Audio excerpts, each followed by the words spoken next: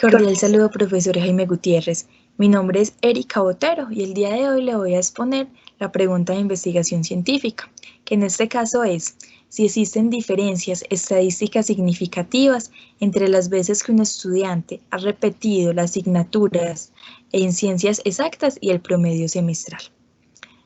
En este caso, lo primero que vamos a ver es la agenda.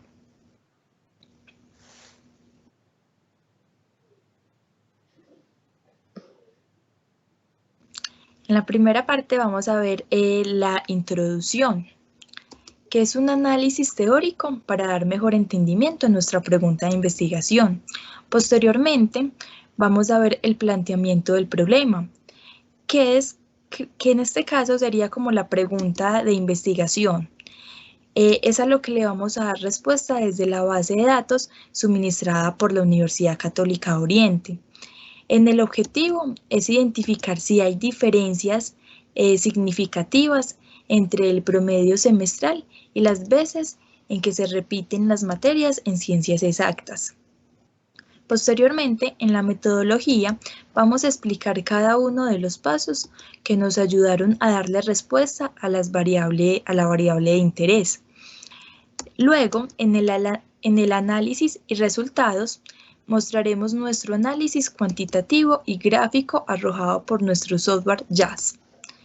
Y por último, vamos a dar las conclusiones y la respuesta de nuestra pregunta de investigación con base a toda la información analizada anteriormente.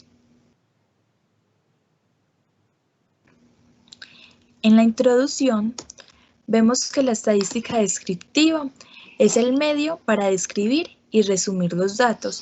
Hay diferentes tipos estadísticos que se pueden usar para describir datos, tales como lo son las medidas de tendencia central, las medidas de dispersión, las medidas de posición, las medidas de distribución y por último los gráficos descriptivos.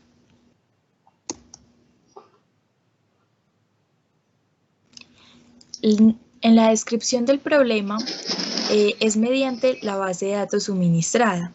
Se pretende determinar o dar respuesta por medio del uso de la estadística descriptiva, si existen o no diferencias estadísticas significativas entre las veces que un estudiante ha repetido asignaturas en ciencias exactas y el promedio semestral de este.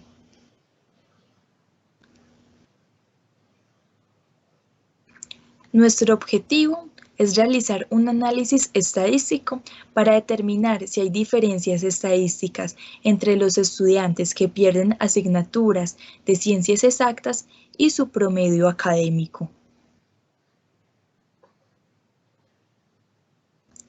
En la metodología vamos a ver como la serie de pasos que nos ayudaron a dar respuesta a nuestra pregunta de investigación.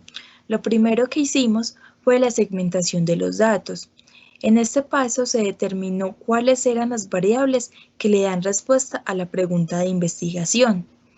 Por segundo, hicimos el análisis descriptivo mediante el uso del software estadístico JASP, que determina tanto gráficas como datos cuantitativos, para llegar así a los resultados. Por medio del análisis de la estadística descriptiva, se concluye que existen diferencias significativas de la pregunta de investigación.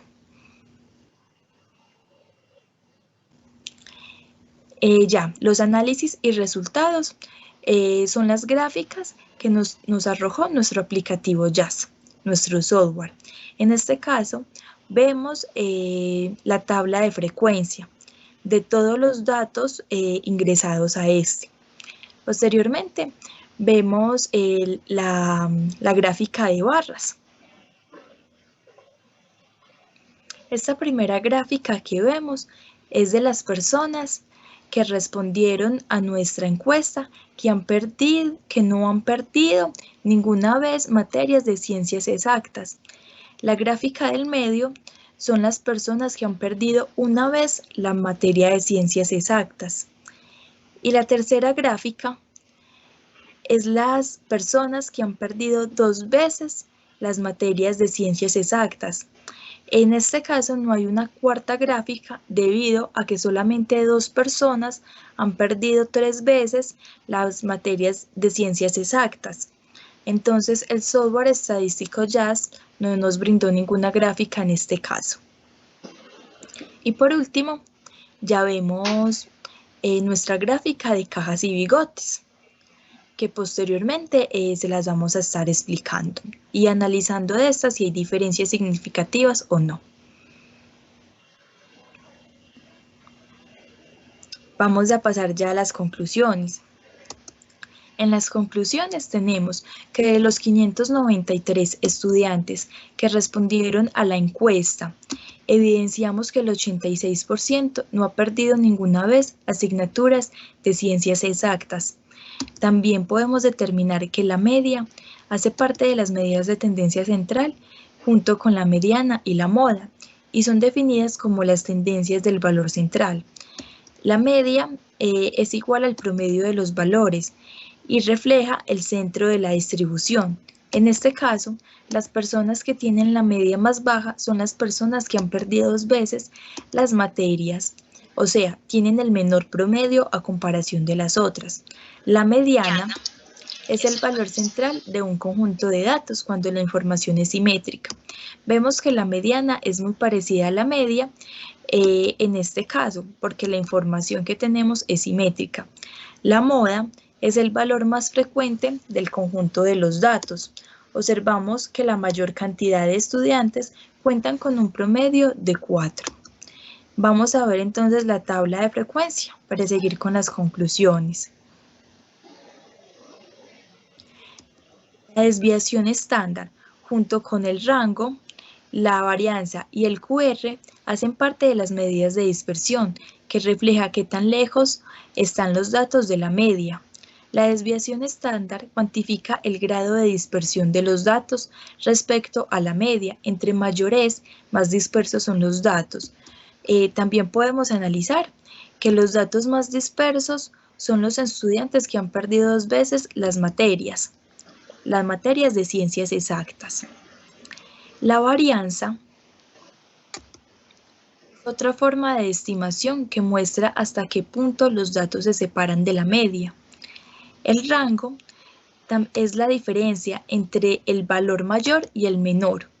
El rango es muy útil para observar cuán grande podría llegar a ser una variación o cambio. En este caso, entonces, vemos que es la diferencia entre el mayor valor, o sea, 4,8 para las personas que no han perdido ninguna vez las materias, y 2,5. La diferencia de estos dos valores me da 2,3. Luego, entonces vemos el QR, que también es una diferencia, pero entre el tercer y el primer cuartil. O sea, entre el 4,1 y el 3,6 para las personas que no han perdido ninguna vez materias de ciencias exactas. Estos cuartiles son los puntos en los cuales los conjuntos de datos se dividen en 4 partes iguales a partir de los valores de la mediana. ¿Por qué decimos que a partir de los valores de la mediana? Porque vemos que el 50%, el valor de la mitad es igual al valor de la mediana, en este caso 3,9. En las personas que han perdido una vez la asignatura, 3,6, las personas que han perdido 2 veces, 3,3, y las que han perdido 3 veces, 3,7. Estos hacen parte de las medidas de posición, que es la división en K-partes o en K-percentiles un conjunto de datos. La kurtosis describe qué tan pronunciada o suave son las colas. Tenemos kurtosis positiva, normal, que es la denominada mesocúrtica, y la menor. Si la kurtosis es mayor a 0,5 es más inclinada, y si es menos a menos 0,5 es más plana y hace parte de las medidas de distribución. Es la asimetría la que determina la distribución de los datos, si se encuentra inclinada de un lado hacia el otro o es concentrada. El valor de Shapirowitz me permite responder a la pregunta: ¿mi distribución es normal? Puedo utilizar la media o la desviación estándar como medidas confiables. Si el valor es mayor a 0,05, puedo utilizar la media. De lo contrario, tengo que utilizar la mediana. Skewness, el coeficiente de asimetría, nos indica la cantidad y la dirección del sesgo, o sea, la desviación desde la simetría horizontal. El valor del coeficiente de asimetría puede ser positivo, negativo o incluso no definido. Ya con esto terminamos nuestras conclusiones. Y por último, damos nuestra conclusión, que es si existen diferencias significativas, si existen diferencias estadísticas significativas cuando los estudiantes han repetido la asignatura 2 veces. Quiere decir que en este caso el promedio es más bajo de lo regular. Muchas gracias.